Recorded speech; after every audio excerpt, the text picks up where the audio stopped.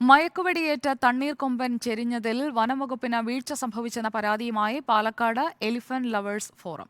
ആരോഗ്യസ്ഥിതി പരിശോധിക്കാതെ മയക്കുവെടി വെച്ചതാണ് ആന ചെരിയാൻ കാരണമായതെന്ന് ചൂണ്ടിക്കാണിച്ച് വൈൽഡ് ലൈഫ് ക്രൈം കൺട്രോൾ ബ്യൂറോയ്ക്കും വനം മന്ത്രിക്കുമാണ് എലിഫന്റ് ലവേഴ്സ് ഫോറം പരാതി നൽകിയത്.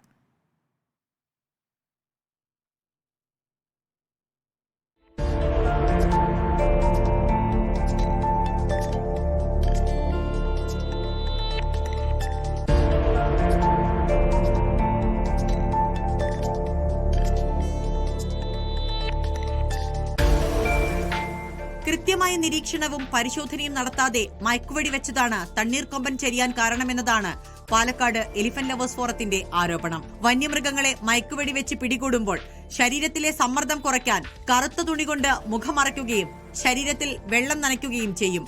എന്നാൽ തണ്ണീർക്കൊമ്പനെ പിടികൂടുമ്പോൾ ഇതൊന്നും വനംവകുപ്പിന്റെ ദൌത്യസംഘം ചെയ്യാതിരുന്നതാണ് ആന ചിരിയാൻ കാരണമായതെന്നും ഫോറം ഭാരവാഹികൾ പറയുന്നു. വനം വകുപ്പിന്റെ നിരീക്ഷണത്തിൽ വന്ന ഒരു പാളിച്ചയാണ്. അങ്ങനെ ഇരിക്കുന്ന ഒരു ആനയുടെ ആരോഗ്യസ്ഥിതി മോശമാണ് എന്ന് നിഗമിക്കാതെ അല്ലെങ്കിൽ അതിന്റെ കാര്യം വകവെക്കാതെ ആനയെ മയക്കുവെടി വെച്ചത് തെറ്റാണ്.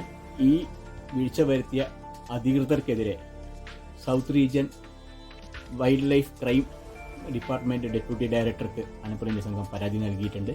സംഭവത്തിൽ വനംവകുപ്പിനെതിരെ നടപടി ആവശ്യപ്പെട്ട് ചെന്നൈയിലെ വൈൽഡ് ലൈഫ് ക്രൈം കൺട്രോൾ ബ്യൂറോയ്ക്കും വനം വകുപ്പ് മന്ത്രിക്കും എലിഫന്റ് ലവേഴ്സ് ഫോറം പരാതി നൽകി.